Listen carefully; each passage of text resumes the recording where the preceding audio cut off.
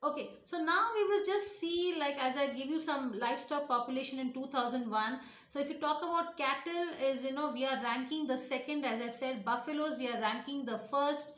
The sheeps we are ranking the third in the world. Goats we are ranking second. Okay, so total poultry, if you talk about, we are seventh in the world. So that is why, looking after this, India has thought of thinking about encouraging more of livestock. Okay, so let us see the schemes and policies launched by the government.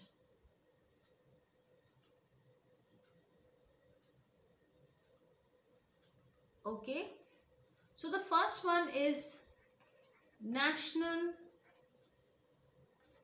Livestock Mission. Okay, and it is also called as NLM.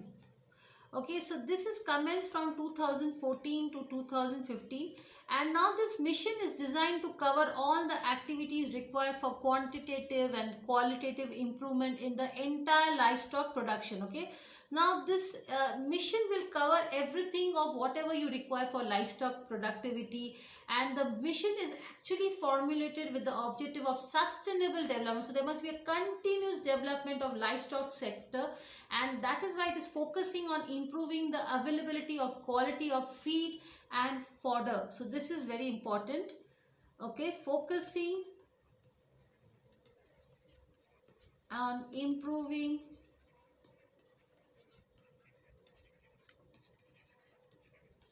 availability of quality feed and fodder. So NLM is found in all the states except Sikkim. So except Sikkim, it is not there, but this scheme, National Livestock Scheme, is there all over.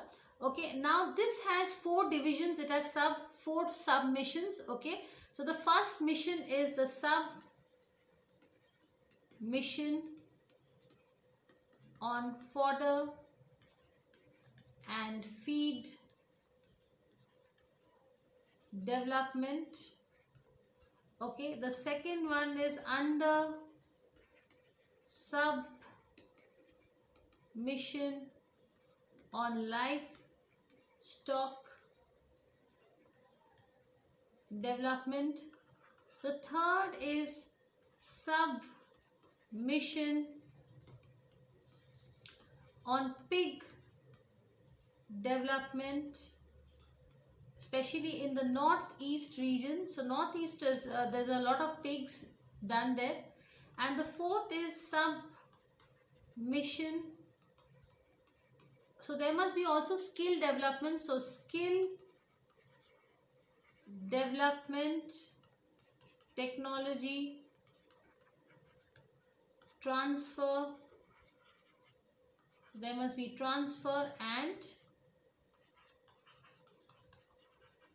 extension. Okay, so this is basically these are the schemes, and these are all developed for basically four missions, as I said. Also, that first is livestock development, then we have northeastern regions, there is pig development going on, then there is skill development of technology on fodder and feed. So good food should be given to these livestock or these animals. Okay, coming to the next mission we will talk about, that is Rashtriya Gokul Mission. Yes, so just let me clear this.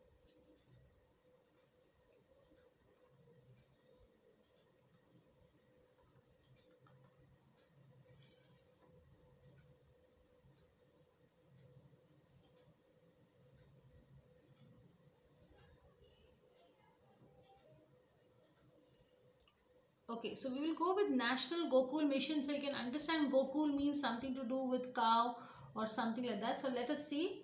So Rashtriya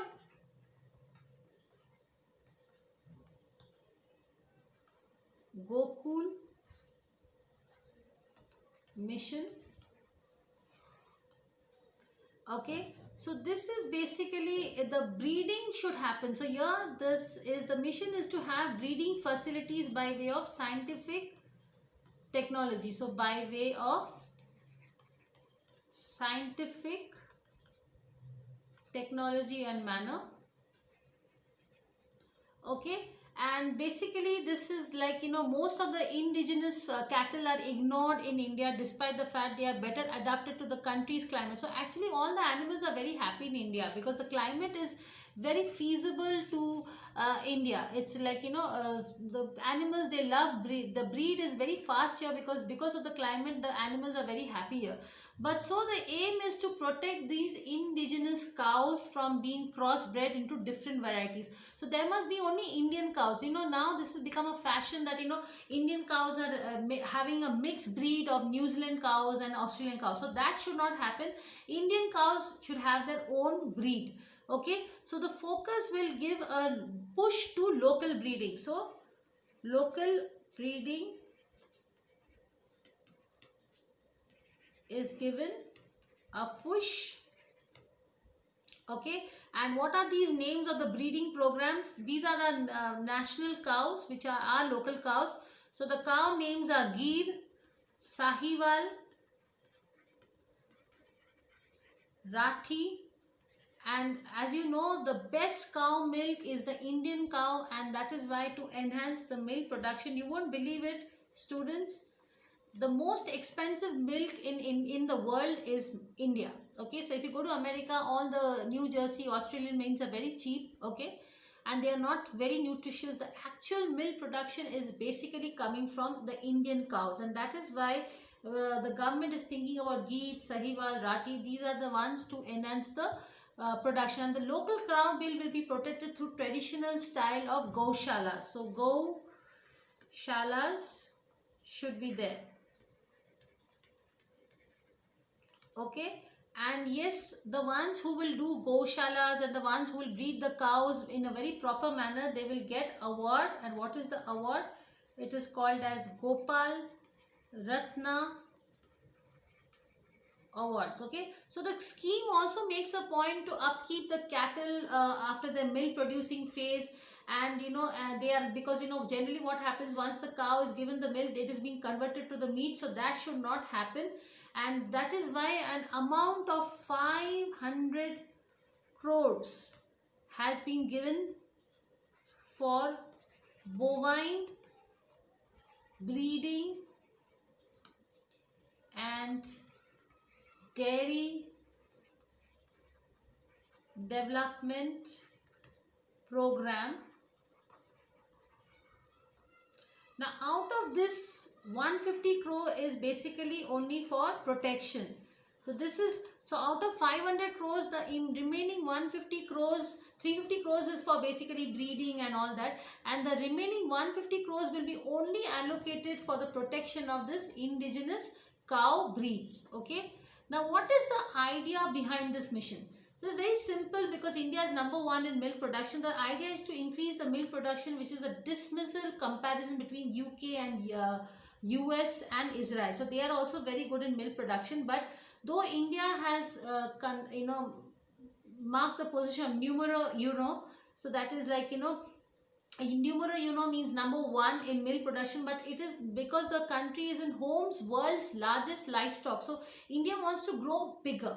Okay, so through this program, the aim is to increase the high yield per cow, which is very low in comparison to the European countries, okay, like US. So we are not yielding much of cows. Okay, so the average daily milk yield for crossbreed cattle is only 7.1 kg per day, whereas in UK it is 25.6 and US is 32.8, Israel is 38.6. so our crossbreed yielding is very, very less. Okay, now what is the reason behind this low yield in India? Is because of this intrinsic and extrinsic factors. It is like, there is low genes.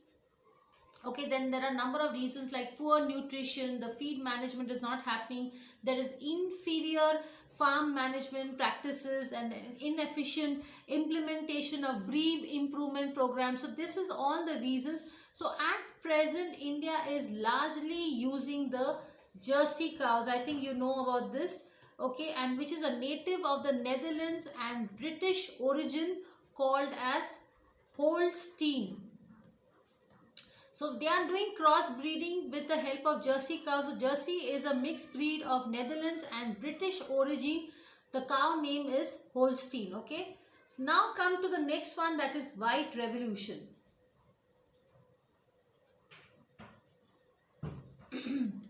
So it is also called as Operation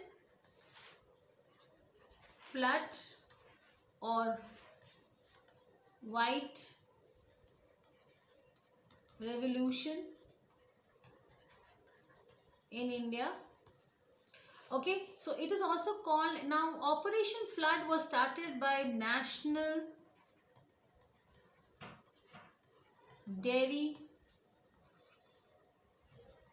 Development Board, that is NDDB, in 1970, which made India the largest producer of the milk in the world. So this program is, with its whopping success, is called as the White Revolution, and the main architect, yes, very important, the main, I think everybody knows about this, if you remember Gujarat women, yes, we are talking about Amul. So the main architect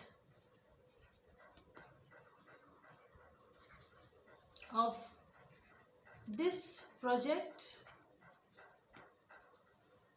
was Dr. Verghese Kurian. Okay, he is also called as the father of White Revolution. Okay, now let's take a small story of him. Let's speak about him. So in 1949, Mr. Kurian, he joined the Kaira District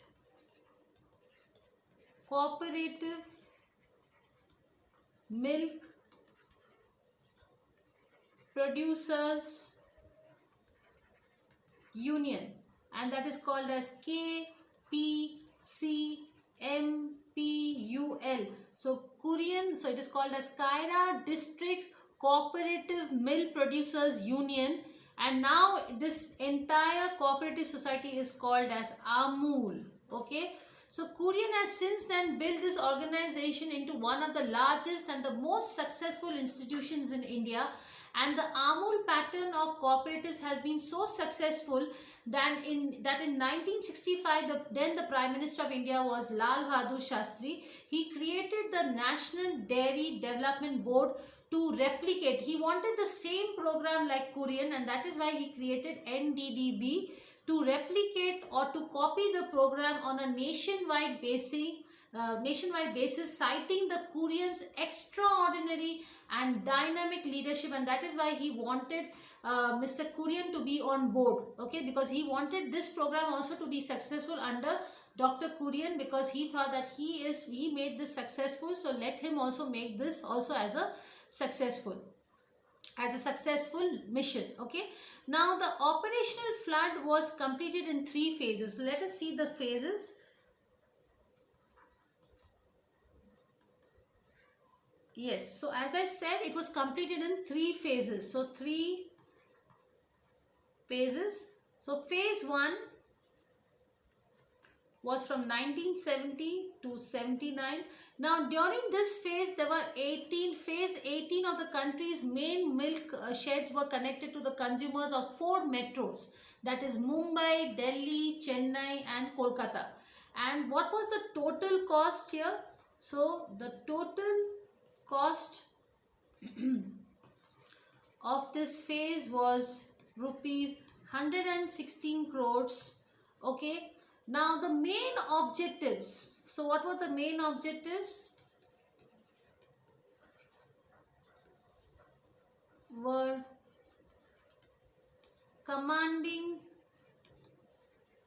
share of milk market and speed up development of dairy animals, okay, in the rural areas. Okay, so this was the thing. Let's talk about phase 2. Now phase 2 started in 1981-1985. Okay, Now this was to increase the milk shades from 18 to, so milk sheds, previously it was only 18. Now this increased to 136. So now Korean wanted to expand to 290 urban markets, okay. And by the end of 1985, there must be a self-sustaining system of 43,000 village cooperatives with 42.5 lakh milk producers were covered, okay. So the domestic milk powder, so this is the time when milk powder came. So I'm giving you all the highlighting points here.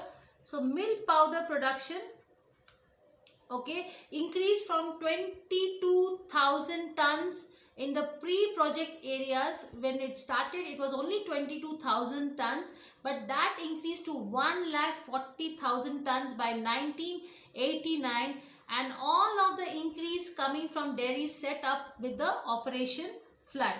Now let's talk about, so it was a very successful venture, and all we will see one by one how the achievements were accomplished. Now we will see the last phase, that is phase 3. Okay, so this is from 1985 to 1996. Okay, so here the dairy cooperatives